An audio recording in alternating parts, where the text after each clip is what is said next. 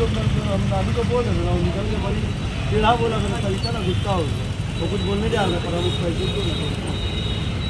पूरा भी है।